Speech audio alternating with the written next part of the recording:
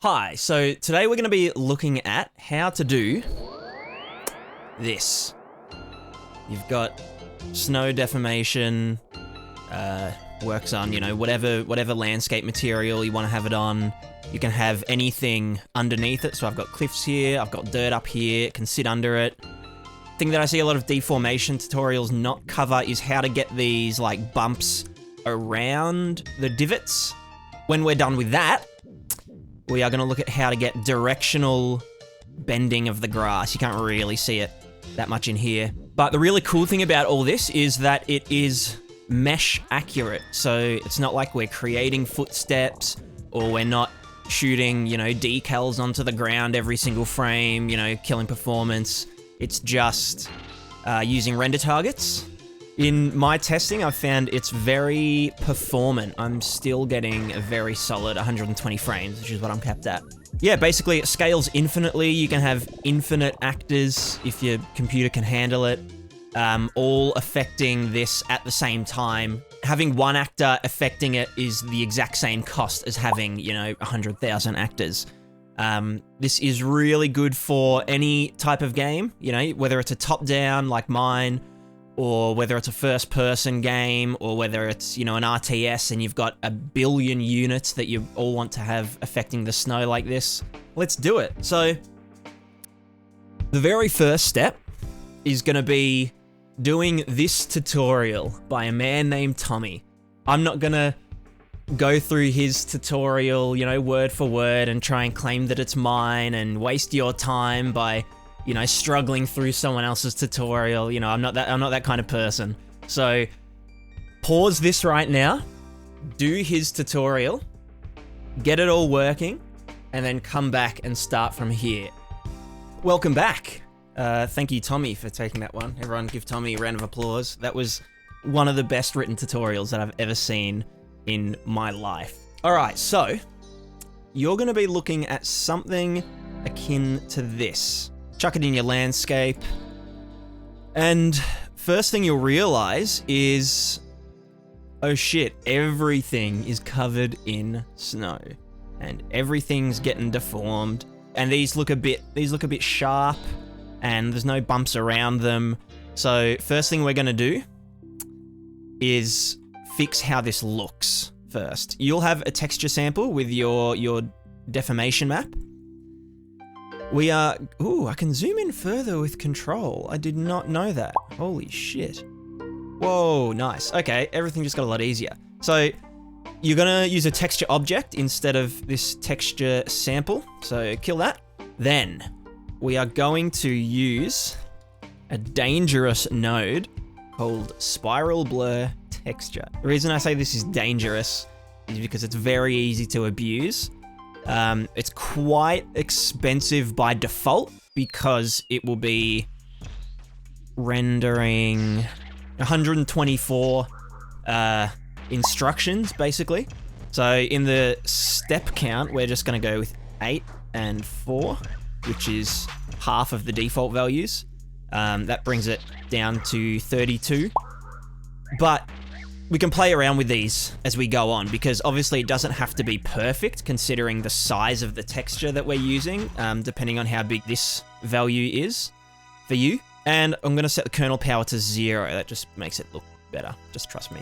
So what this is going to do, if I open up a little scratch pad, let's just use this white circle as an example. So we've got a bit of blur happening, which is great because what we're going to do is use a very lovely function called a sine function.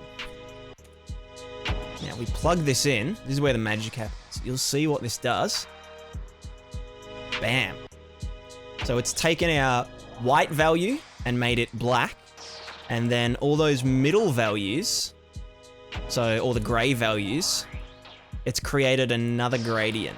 And you can imagine why this is super, super handy for us. Cool, so that's great. That's you understand that now. Right, so we're back in our landscape. We're gonna use that spiral blur, these settings just to start with, and also put your distance at 0.01. Doesn't have to be that blurry. Right, next thing we're gonna do, we're gonna mask that. just the red channel, so that'll just give us a black and white value. Off of this, we're gonna put a sine function. I have mine set to 1.4 in the period. We're gonna multiply this.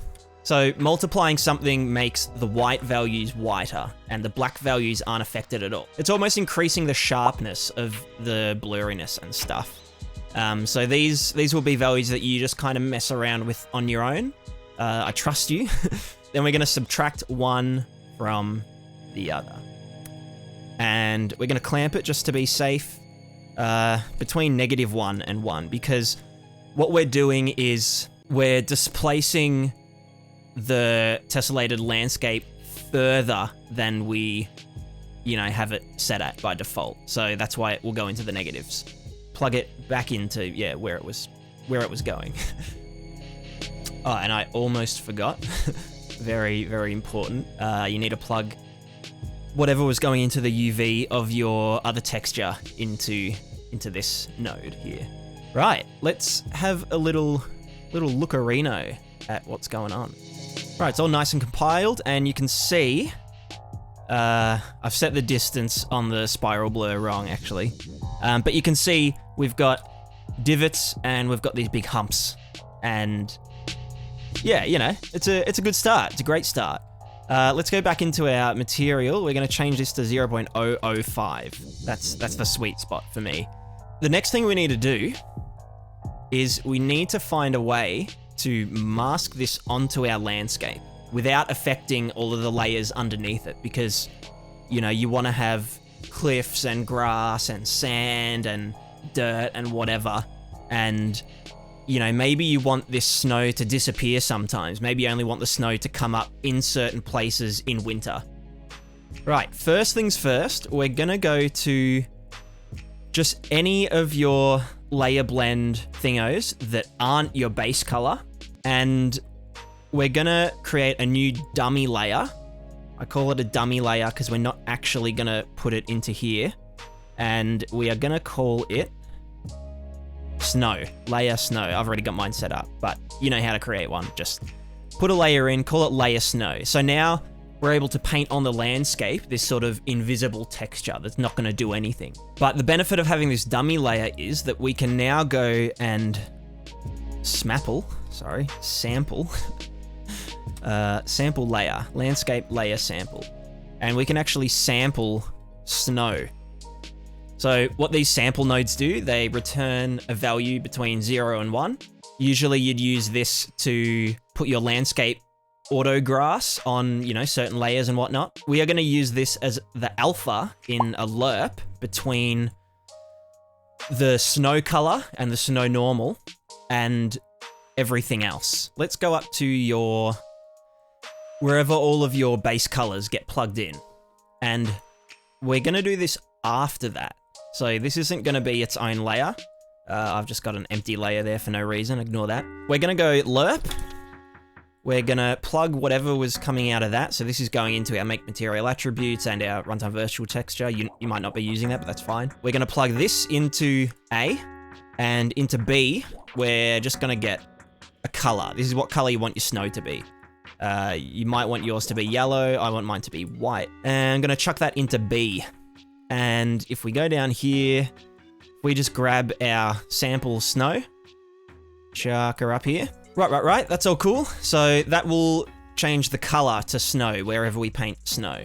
We're going to do the same thing down here with our normal map. So wherever your normal map's coming out, I've just got another little function, ignore that. And we're going to do the same thing. We're going to go lerp. We're going to put our normals into A, our regular normals. And then into B, I'm going to put in my own normal map. I reuse a lot of normal maps and stuff just to save textures. Going to put that into B, and we're going to plug this sample snow into the alpha of that. Sweet.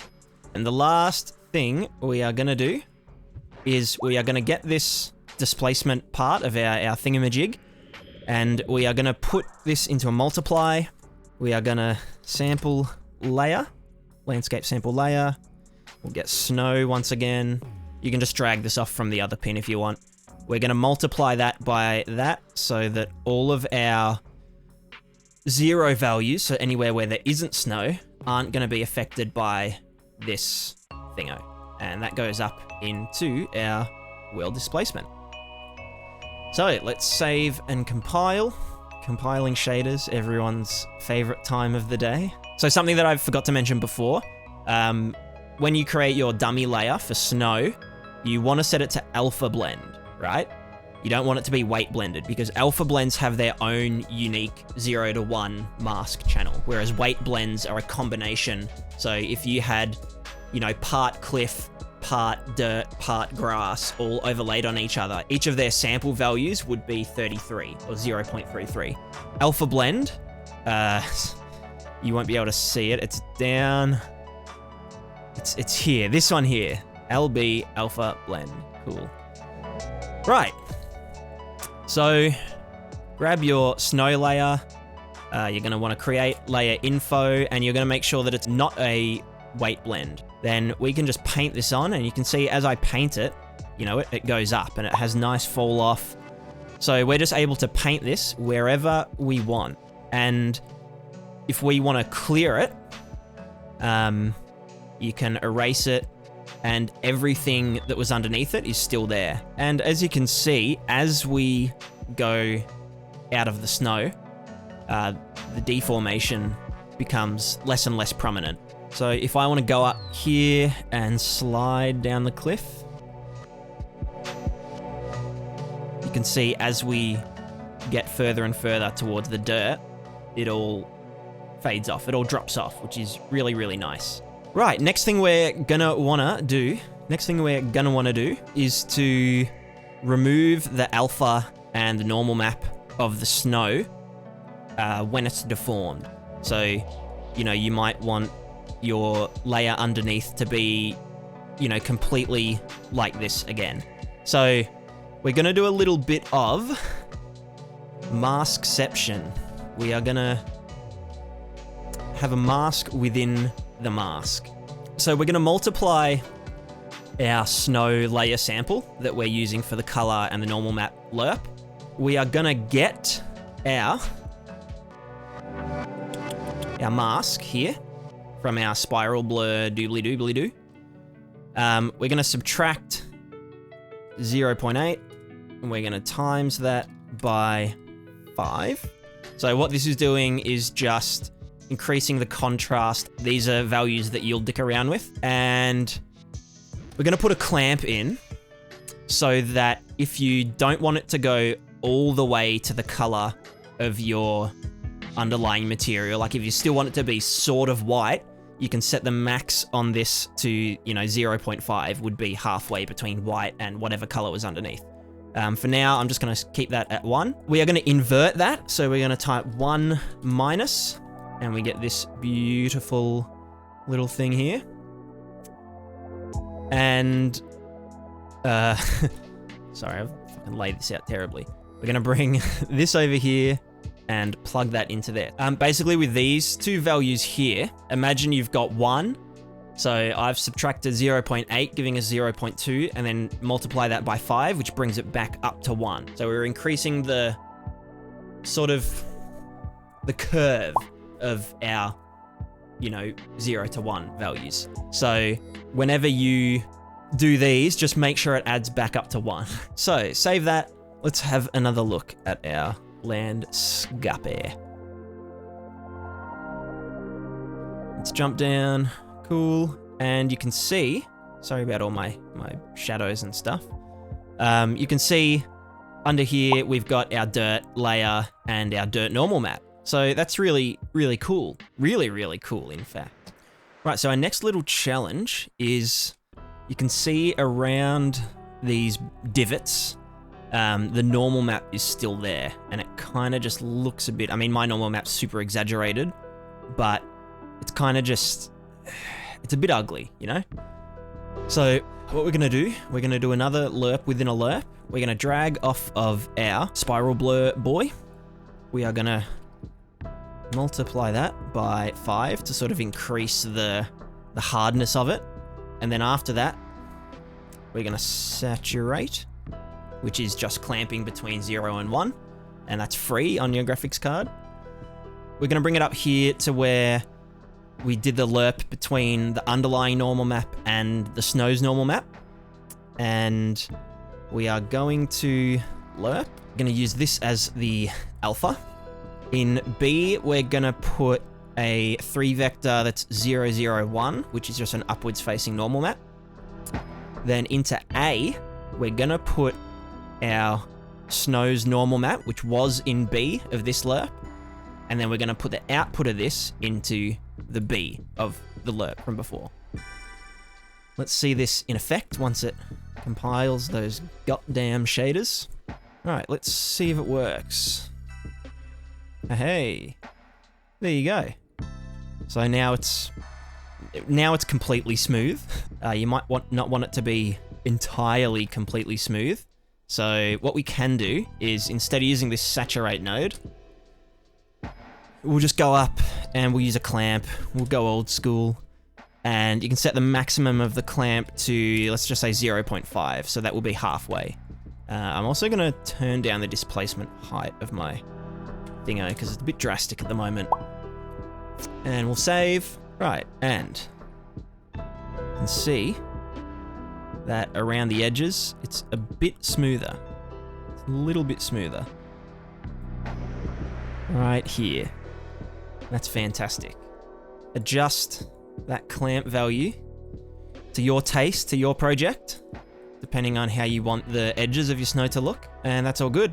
Right, so that's it for the snow. That's it for the snowy part of our thingo. If you wanted to have more layers, so say you wanted to have snow as well as sand. So for the displacement effect, you just add the samples together and then saturate or clamp it. The reason you clamp it is because then if you drew sand under snow, the displacement would double. It would be doubly, and it can look terrible.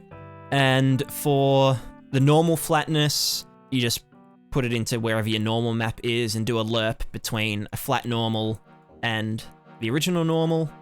And for the color's already sorted out by default. You don't need to worry about that. Unless you wanted your sand to reveal the color of another thing under it. But in my landscape, at least, sand is like it's just sand. It's just sand right there. It's not sand on top of something, because sand's never going to disappear. Whereas the reason that we've set up the snow like this as a layer that goes over the top of your landscape is because you could set a material parameter collection value somewhere.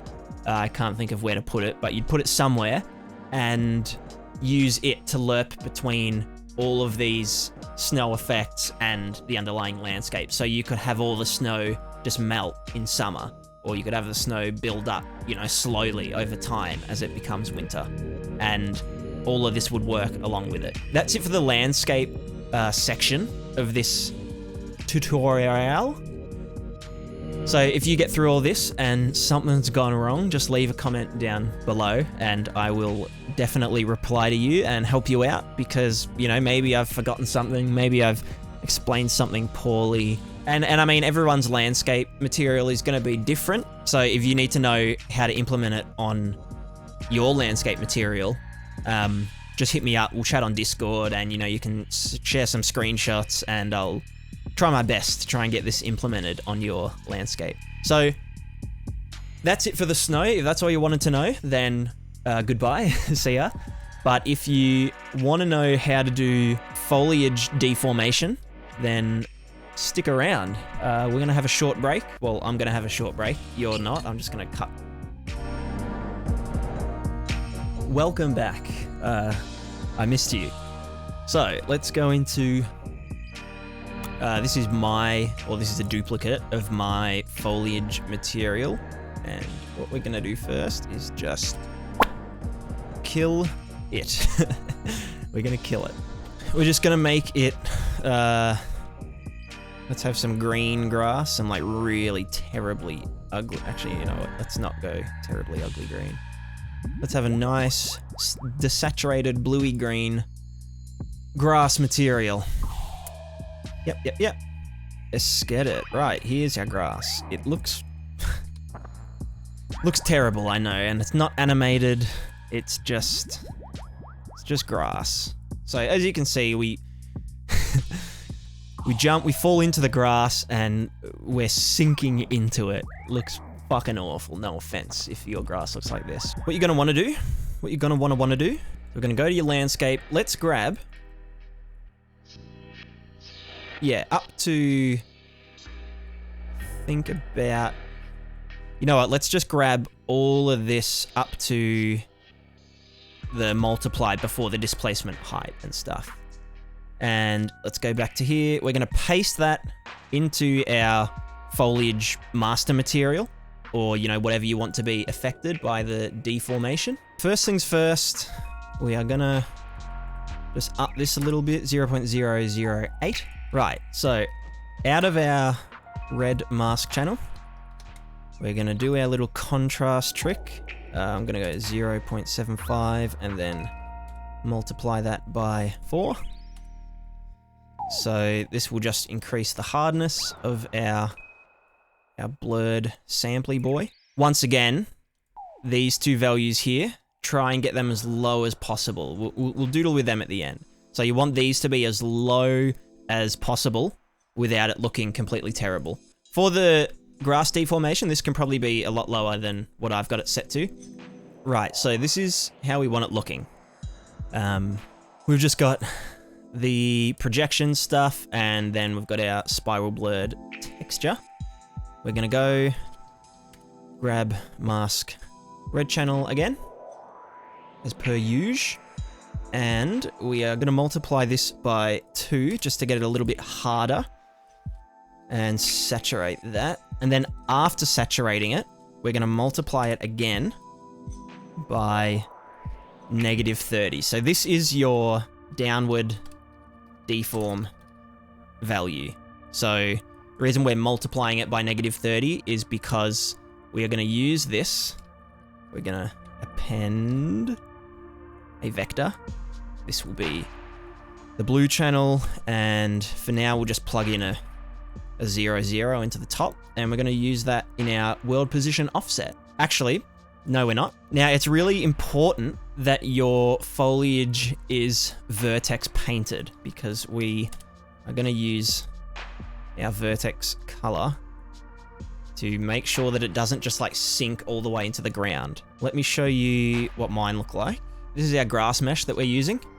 And if I go to the vertex colors, so you can do this in Blender or whatever your 3D program is. You can also do this in Unreal Engine, but you have to do it in the editor and then click a button, and it's really finicky. I wouldn't advise it. But you want it to be smoothly vertex painted from black.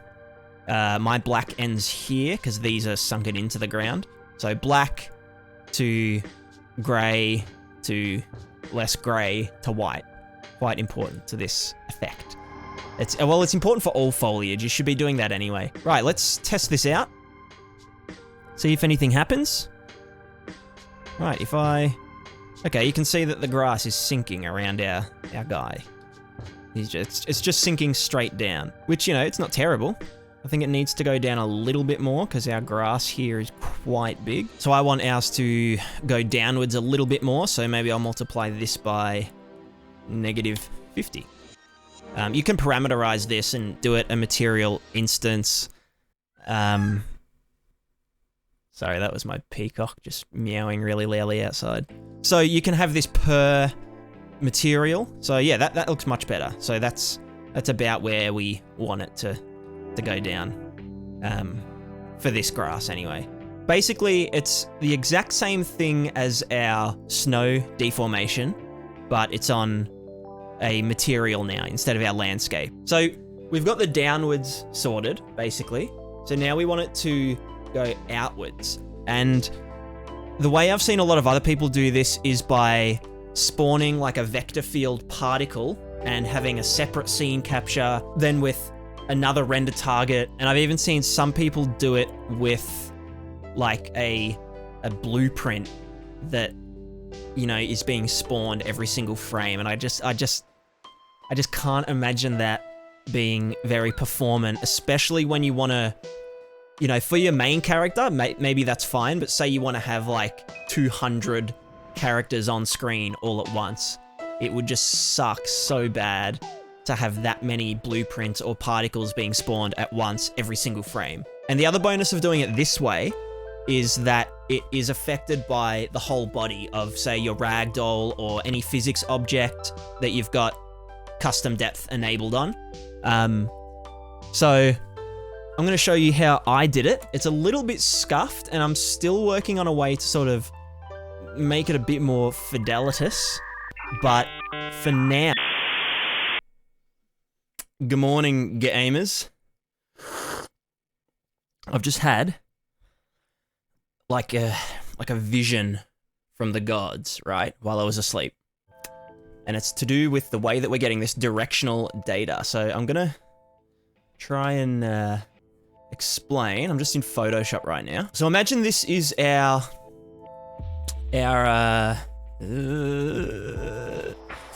imagine this is our deformation map. You know, that's a trail, and there's like some bits. You know, it's a modern art piece. So what we're gonna do, if we duplicate this layer and set it to divide,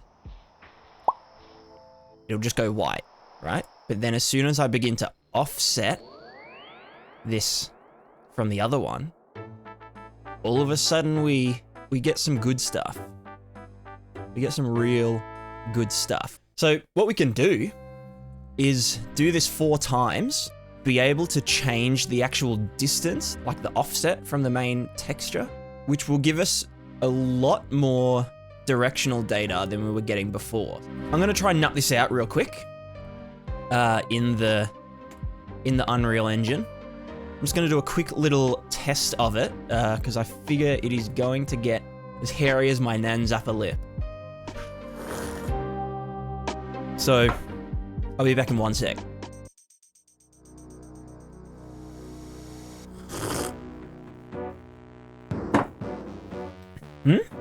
Eh? Why do you hate me? Okay, so I'm almost there. I've just got to doodle dick around with some stuff, and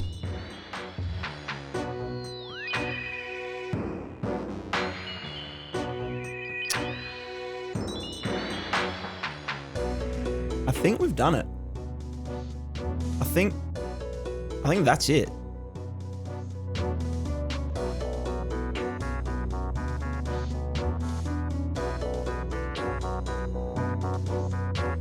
All right, I'm back. I figured it all out. It all works. I finished my morning brown. I've got the cat. I'm ready to explain it. So, sorry, these lollies are really good. I need to stop eating them. Right, here we go. I was explaining how to do the horizontal deformation. So what we're gonna do, I know this looks really bad. We're gonna sample this texture 5 times in total. It's just the one texture, but we are sampling it 5 times. Kind of seems really bad to have this many texture samples just for something so little. But if you think about it, if you were to add another object to your scene, it would have, you know, probably a color map and a normal map and maybe a roughness map and an ambient occlusion map, you know, whatever. So it might just be as expensive as, you know, a high quality asset. So cut me some slack. So what happens is we get these 5 textures. This one is the original texture, and you're gonna chuck add nodes before all of the UV inputs. In one of the inputs, you're gonna put in your render target projection UV thingamajig. You're gonna get that, you're gonna drag it up into there. And then you're gonna add to these 2 top ones and these 2 bottom ones a very small value. This will change depending on how big your actual scene capture is and what the resolution of your texture is. So I've just gone and put in 0.10 up here, negative 0.10 here, and then 0, 0.1, and 0, negative 0.1. And then I've divided that by a global parameter. So I've just called it direction offset. The higher that value gets, the closer the direction comes to the center of the deformation map. So the lower that is, the more spread out it will be. But if it goes too... I'm so sick of that peacock. If it goes too far, then it won't actually do anything. It'll start to not work. Just find the sweet spot. You can debug that by dividing it by 2 and then adding 0.5 and then plugging that into your base color, and that will give you like a vector field showing where the actual deformation will be happening. When we pop out the other end of these texture samples, this middle sample will always be on the top node of each subtraction. So we subtract this from this, and then we subtract this from this. And because, for example, these two will be our x-axes, or maybe it's the y-axis, one of the horizontal axis, I don't know. We want one of them to be negative. We want one of them to influence the foliage going this way, and we want the other one to influence the foliage going that way, depending on what side of the sort of footprint it's on. Multiply the bottom one by -1. That'll turn the white into -1 black. Then you add them together, so that becomes your X or your Y channel, and then do the exact same thing on the one below, and then append them together, so that becomes a green and red channel combination. And then this multiply will be how much you want it to deform your foliage in the directions. And then you're simply just going to append that to your downwards deformation channel, and then add that to, say you've got wind or something, or some already existing world position offset data. You just add that to that, and then make sure that you multiply it by your painted vertex color for your foliage. That's super important. Otherwise, it's just going to be fucking going everywhere. If we jump into the game, or sorry, not a game, if we jump into our scene, then you'll see that it should be working. Yep, it's bending over that way. If I walk this way, it's gonna, bend over this way. Sick. Let me just double check if it's going forwards and backwards. Yeah, it is, definitely. All right, yeah, that looks so nice. Like, I'm not trying to toot my own horn, but this actually looks genuinely quite nice. I might tone down on the sideways deformation a bit. It's sort of, you sort of don't need too much of the horizontal deformation because you're combining it with that downwards. Even if the grass sort of just bends out like this, like a tiny little amount, then the downwards deformation in combination with the vertex paint will push it down further. So go pretty easy on this value here. I might even chuck it down to 20. Just because the other thing is with this horizontal deformation method, there's no sort of gradient between it being influenced and not influenced. It's just like, it's either pushed over or it's not, or a combination of different vectors and whatnot. So I think we'll leave it at that for now. Concluding thoughts. The things that I want to optimize, I want to find a way to optimize is, I want to find a way that we can get this blurred texture, because we're blurring it in the foliage master material and we're also blurring it separately in the landscape material. It would be awesome if there was a way to just blur it once and share it between the two materials. But if we tried to blur it in our like post-process that actually samples the depth and stuff, or in the material that draws it to the persistent buffer.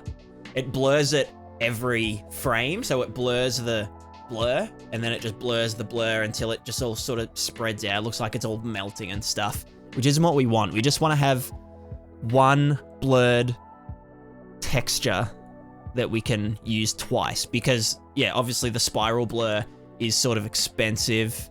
I've also figured, yeah, I can put this down to 4 and 2 and it still looks just as good. Another quick little trick that you might find handy.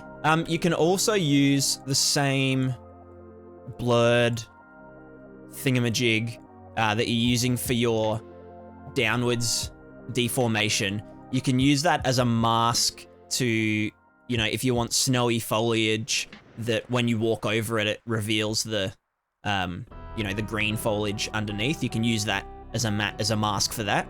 So if I just jump back into my original level. Yeah, you can see that when I roll around in my grass, it changes color. It goes back to its sort of original color, or halfway to its original color. And yeah, it's a nice effect. It's sort of just, it's as though the snow's just been brushed off it as you move through the grass. So that's another little tip. I'm sure you can figure it out. But yeah, it's sort of, this whole thing is a really sort of small addition to your game. But even though it's a really small detail and it might be using, you know, a little bit of resources, it might be using, you know, 0.5 milliseconds of your render time.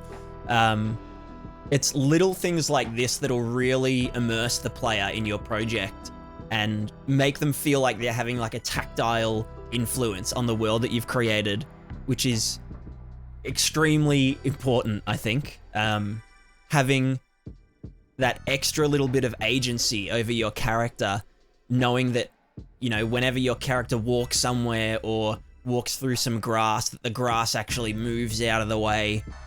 That's just, it's the combination of all those little touches that players are really going to appreciate in the end.